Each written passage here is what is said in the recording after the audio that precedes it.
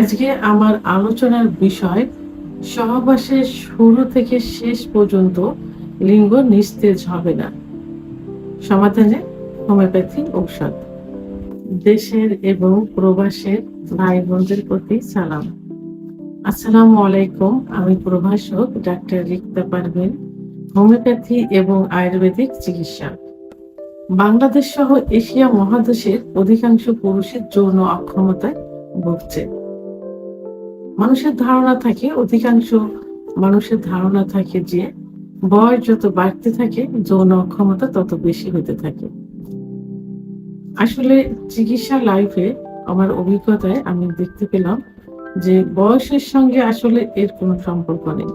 কারণ ৮০-৯০ বছর বয়সের পুরুষও এখন ৩০-৪০ বছর বয়সের মেয়েদের বিয়ে করছে, সংসার করছে, ইস্টাবলিশড শিক্ষিত মানে তারা কেন আছে? টাকা পয়সা বাড়ি গাড়ি কিন্তু সুখ দিতে পারে না, যৌবিক একটা চাহিদা থাকে। এই চাহিদাটা কিন্তু অন্যতম। তো যখন এই চাহিদাটা তারা পূরণ করতে পারছে, সেহেতু সাংসারিক জীবনে তাদের কোনো ঝামেলা নেই। তো এখন যে বিষয়টি এখন অধিকাংশ পুরুষের মধ্যে হচ্ছে, যে অভিযোগটা পুরুষ এবং মহিলা অর্থাৎ স্বামী স্ত্রী দুজনে দিয়ে থাকে, সেটা হলো যে যখন স্ত্রীর কাছে যাচ্ছে, পার্টনারের কাছে যাচ্ছে, পূর্ব মুহূর্তে ইচ্ছা হচ্ছে, তো যখন ইচ্ছা হয় তখন তারা ভাবে যে মিলনে স্ত্রীকে সুখ দিতে পারবো, নিজেও সুখ নিতে পারবো। এটাই কিন্তু তাদের ধারণা থাকে এবং সেই ধারণা নিয়েই স্ত্রীর কাছে যায়। তো এখন সেখানে যাবার পর কি অবস্থা হয় যে মানসিক ভাবে সে ইচ্ছা হচ্ছে কিন্তু শারীরিক ভাবে হচ্ছে না।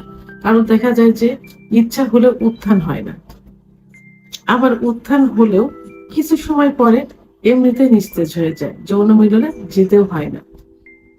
আবার অনেকের কমপ্লেন থাকে যে একটু সামান্য ইচ্ছা হয়েছে, এটা অনেকের কমপ্লেন থাকে যে তারা যদি উত্তেজনামূলক কোনো ভিডিও দেখে, সেক্স মূলক কারোর সঙ্গে কথা বলে, অথবা সেক্স মূলক কোনো ধারণা মনের মধ্যে আসে, তখন সামান্য উত্তেজনা হলে লালা বিজলা, অর্থাৎ আমরা যেটাকে বলি মিউকাস ভেঙে নিস্তেজ হয়ে যায়। তা এই সমস্যা হয়ে থাকে। অর্থাৎ স্ত্রী পার্টনারের কাছে গেছে, সহবাসের ইচ্ছা হচ্ছে, লিঙ্গ উত্থানও হচ্ছে, বাট কিছু সময় পরেই লালা বিজলা ভেঙে লিঙ্গ নিস্তেজ হয়ে যাচ্ছে। আবার অনেকের দেখা যায় যে স্ত্রী পার্টনারের সঙ্গে সহবাসে ইন হওয়ার পূর্ব মুহূর্তে, অর্থাৎ জোরে স্পর্শ করা মাত্র বীর্যপাত হচ্ছে, অথবা ভিতরে দেওয়ার পর সঞ্চালন হচ্ছে, যৌন কার্য চলছে, বাট কিছু সময় পরে বীর্যপাত ছাড়াই নিস্তেজ হয়ে যাচ্ছে। প্রথমবার এভাবে হলো, দ্বিতীয়বার কিছু সময় পরে দেখা যায় শারীরিক একটা ইচ্ছা আসছে, কিন্তু মানসিকভাবে লিঙ্গ আর দাঁড়ায় না, অর্থাৎ দ্বিতীয়বার আর যৌন মিলনে লিপ্তই হতে পারে না। এই যে সমস্যাগুলো, এই সমস্যাগুলো এখন অধিকাংশ পুরুষের হচ্ছে। সেটা কিন্তু বয়স্ক পুরুষদের শুধু না, এখন ২০-২২ বছরের ছেলেদেরও এটা হচ্ছে, এতে কম বয়সের ছেলেদেরও হচ্ছে, যারা বিয়েই করেনি এখনো। এই জন্য আমি চিকিৎসা দেওয়ার শুরুতেই বলে থাকি যে বিবাহিত না অবিবাহিত, অবিবাহিত ১৮-১৯-২০ বছরের ছেলেরা যদি বলে, আমার তাদের চিকিৎসা দেওয়ার মতো কোন মন মানসিকতাই থাকে না, কারণ তাদের সঙ্গে কথা বলতে এই বিষয়ে লজ্জা করে। তো যেটা হোক, এটা যে আর এটা হয়ে থাকে তাদের সঙ্গ দোষে, অল্প বয়সে বিভিন্ন যৌন অত্যাচার করে এই সমস্যাগুলো হয়ে থাকে। তো এই জন্য যেটা যে উত্থানজনিত যে সমস্যা, এটা শুধুমাত্র বয়স্কদের ক্ষেত্রে না, যুবক, মধ্যবয়সী এবং বয়স্ক সবার ক্ষেত্রে কিন্তু এই সমস্যা হয়ে থাকে। পুরুষের সেক্স কিন্তু নষ্ট হয় না, মৃত্যুর আগ পর্যন্ত একজন পুরুষ বাচ্চা দিতে পারে যদি তার সেক্স হরমোন, শুক্রাণু, গ্লুকোজ, ফ্রুক্টোজ, ম্যাগনেসিয়াম পর্যাপ্ত পরিমাণে থাকে। এমনি 25-এর পরে যে পুরুষের সেক্স হরমোন কমতে থাকে, আর একটা গাড়ি যেমন চলে ইঞ্জিনের উপরে, পুরুষের সেক্স লাইফটা চলে কিন্তু হরমোনের উপরে। আর এই পুরুষের সেক্স হরমোন, টেস্টোস্টেরন হরমোন 25-এর পরে যে কমতে থাকে, অতীতে কিছু কারণ, এবং 25-এর পরে যে অতীতে হস্তমৈথুন, বিস্ময়, ঘর্ষণ, স্বপ্নদোষ, অতিরিক্ত যৌন মিলন, 25-এর পরে যে সংসারের ঝামেলা ঘাড়ে চলে আসে, সাংসারিক চাকরি, ব্যবসা বাণিজ্য, ডায়াবেটিস, উচ্চ রক্তচাপ, কোলেস্টেরল, হার্টের সমস্যা ইত্যাদি কারণে যৌন অক্ষমতা আসে, অর্থাৎ টেস্টোস্টেরন হরমোন কমে যায়। কমে গেলে এই যে উত্থানজনিত সমস্যা বললাম, এর উত্থানজনিত সমস্যা কিন্তু যৌন অক্ষমতার একটা পার্ট। সেহেতু এই 25 পরে যে কমে যাওয়ার পর কিছু ওষুধ আছে, সেক্সুয়াল কিছু চিকিৎসা আছে যেটা যার কোনো পার্শ্ব প্রতিক্রিয়া নেই। অনেকে অন টাইম বিভিন্ন থেরাপি, বিভিন্ন বিকল্প ধারার কিছু চিকিৎসা নিচ্ছে, যাতে উপকারের থেকে ক্ষতি কিন্তু বেশি হয়ে যাচ্ছে। সাময়িক কিছুটা সে উন্নতি দেখে, তার কিডনি ড্যামেজ হবে, পরবর্তীতে এই অন টাইমে কাজ করবে না এবং পরে কোনো চিকিৎসা দেওয়ার কাজ হবে না। এজন্য পার্শ্ব প্রতিক্রিয়া মুক্ত যে মেডিসিন, যে চিকিৎসা, সেটা হলো হোমিওপ্যাথিক চিকিৎসা। একমাত্র হোমিওপ্যাথিক চিকিৎসার মাধ্যমেই সম্পূর্ণভাবে এই যৌন অক্ষমতার চিকিৎসা দেওয়া সম্ভব। তবে হ্যাঁ, দীর্ঘমেয়াদী কিছু ওষুধ খেতে হবে, সেটা ধৈর্য সহকারে খেতে হবে। আর একবার ঠিক হয়ে যাবার পর পরবর্তীতে যদি নিয়মতান্ত্রিকভাবে কিছু খাবার খেয়ে যায়, তাহলে এইটা আর কখনো নষ্ট হয় না। তো আজকে আমি এর জন্য এই যে তো যৌন মিলনে যাবার পর লিঙ্গে যে নিস্তেজতা চলে আসে, এর জন্য ৫ টি হোমিওপ্যাথি ওষুধ নিয়ে কথা বলব। ১ টি শক্তিকৃত ওষুধ এবং ৪ টি মাদার টিনচার, যেটা কম্বাইন করেও কিন্তু খাওয়া যেতে পারে। প্রথমে যে ওষুধটি বলবো সেটা হলো কোনিআম। কোনিআম অনেম। প্রথমে অনেম দিয়ে শুরু করতে হবে। তো এই অনেম অবশ্যই জার্মানি ওষুধ হতে হবে। আপনারা শুধুমাত্র ১ গ্রাম কিনবেন জার্মানি। ১ গ্রাম কিনে প্রতিদিন সকালে, আচ্ছা, এই ওষুধটার যে লক্ষণটা বেশি দেখা যায়, সেই লক্ষণটা হলো যে কোনো সেক্সুয়াল মূলক কোনো কথাবার্তা বললে, স্ত্রীর কাছে গেলে লালা বিজলা ভেঙে যোনি স্পর্শ করা মাত্র, অথবা লালা মিলনে লিপ্ত না হলে, বীর্যপাত না হওয়ার আগেই তার বীর্যপাত হয়ে যায়, হয়ে নিস্তেজ হয়ে যায়, অথবা বীর্যপাত না হয়ে এমনিতেই নিস্তেজ হয়ে যায়। সেক্ষেত্রে কোনিয়াম খুব ভালো কাজ করে থাকে, যেখানে লিঙ্গের ক্ষমতা চলে আসে।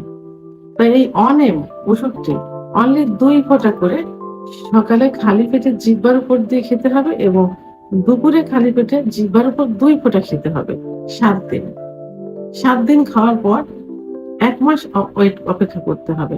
এরপরে প্রয়োজনে ডাক্তারের সঙ্গে যোগাযোগ করলে আবার এর ওষুধ পাওয়ার বাড়িয়ে দিবেন। তো তাহলে প্রথমে অনেম মানে ১০০০ শক্তি খেতে হবে ৭ দিন, সকালে এবং দুপুরে। ১ গ্রাম কিনলে যথেষ্ট জার্মানি। এরপরে ২ নাম্বার যে ওষুধটি বলবো সেটা মাদার টিনচার, সেটা হলো মাস্কাস। মাস্কাস মাদার ওষুধটা পাওয়া খুবই কঠিন, তারপরেও চেষ্টা করতে হবে। এটা যাদের ডায়াবেটিসের সমস্যা আছে, হজমভঙ্গ হয়ে গেছেন, অর্থাৎ প্রসাব প্রচন্ড বেগ আসে, চেপে রাখা যায় না, দুর্বলতা মনে হয়, তাদের ক্ষেত্রে খুব ভালো কাজ করে থাকে। মাস্কাস ওষুধটি এটা ১০ ফোঁটা করে ঠান্ডা পানি সহ দিনে ৩ বার সেবন করতে হবে। খাবার ০.৫ ঘন্টা আগে অথবা ০.৫ ঘন্টা পরে ১ থেকে ৩ মাস পর্যন্ত সেবন করতে হবে। ৩ নম্বর যে মাদার টিনচার বলবো সেটি হলো সেলিক্স নাইগেরা। সেলিক্স নাইগেরা মাদার টিনচারটি কিন্তু হোমিওপ্যাথি জগতে নাম করে একটা মাদার টিনচার। যৌন অক্ষমতার খুবই কার্যকরী একটি ওষুধ। যাদের প্রসাব টয়লেটে বেগ দিলে ধাতু বের হয়ে যায়, লালা বিজলার মতো চলে আসে, সামান্য উত্তেজনাতে পর্যাপ্ত পরিমাণ লালা বিজলা আসে, ঘুমের করে দেখা যায় যে অল্পতেই মানে স্বপ্ন না দেখে লালা বিজলা ভেঙে যায়, অর্থাৎ এক কথা যাদের অতিরিক্ত পরিমাণ লালা বিজলা আসে, মিউকাস ভেঙে যায়, তাদের ক্ষেত্রে খুব ভালো কাজ করে। ওষুধটি ১০ ফোঁটা ঠান্ডা পানি সহ দিনে ৩ বার সেবন করতে হবে, খাবার ০.৫ ঘন্টা আগে অথবা ০.৫ ঘন্টা পরে। ৩ নম্বর যে ওষুধটি বলবো সেটি হলো অ্যাসিড ফস। অ্যাসিড ফস মাদার টিনচার ওষুধটি স্টুডেন্ট লাইফের থেকে শুরু করে শেষ পর্যন্ত কাজ করে থাকে। ছোট সময় যাদের অতিরিক্ত, অর্থাৎ যৌবনের শুরুতে যারা অতিরিক্ত হস্তমৈথুন করেছেন এবং যাদের অত্যন্ত স্বপ্নদোষ হয়েছে, অর্থাৎ স্বাস্থ্য ভালো ছিল, এখন বিভিন্ন কারণে স্বাস্থ্য নষ্ট হয়ে গেছে, বুক ধড়ফড় করে, অস্থিরতা চলে আসে, বসে আছে উঠে দাঁড়াতে গেলে চোখের ভিতরে অন্ধকার মনে দেখে, তাদের জন্য খুব ভালো কাজ করে থাকে। এটা সময় বৃদ্ধি করবে, উত্থানজনিত সমস্যার সমাধান করবে। ওষুধটি ১০ ফোঁটা ঠান্ডা পানি সহ দিনে ৩ বার সেবন করতে হবে, খাবার ০.৫ ঘন্টা আগে অথবা ০.৫ ঘন্টা পরে। ৫ নম্বর যে ওষুধটি সেটা হলো পেনাক জিনসেন। পেনাক জিনসেন রক্ত সঞ্চালন বৃদ্ধি করে থাকে। অর্থাৎ লিঙ্গের ভিতর যখন রক্ত সঞ্চালন কমে যায়, যখন সেক্স উত্তেজনা আসে, তখন কিন্তু সারা শরীরে রক্ত চলাচল করে। বিশেষ করে হাড়ের থেকে লিঙ্গের ভিতর সবথেকে বেশি করে থাকে। তো যখন এই হাড়ের থেকে লিঙ্গের ভিতর রক্ত চলাচল কমে যাবে, তখনই কিন্তু এই উত্থানজনিত সমস্যা আসবে।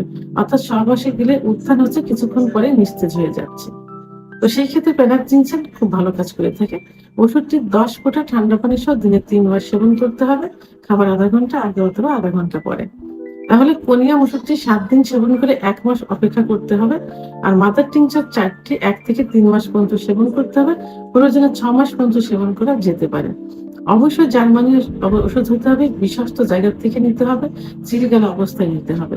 আর যদি যে ডাক্তারের চিকিৎসা নেবেন, সেই ডাক্তারের কাছ থেকে ওষুধ নিলে সবথেকে ভালো হবে। কারণ ডাক্তার সবসময় চাইবে সর্বোচ্চ ভালো ওষুধ দিতে, তার ক্যারিয়ার বাড়ানোর জন্য। ভিডিওটি সম্পর্কে যদি কোনো মতামত থেকে থাকে অবশ্যই কমেন্টসের মাধ্যমে জানাবেন। ভিডিওটি ভালো লাগলে লাইক, কমেন্ট, সাবস্ক্রাইব করে আমার সঙ্গে থাকুন। আল্লাহ হাফেজ।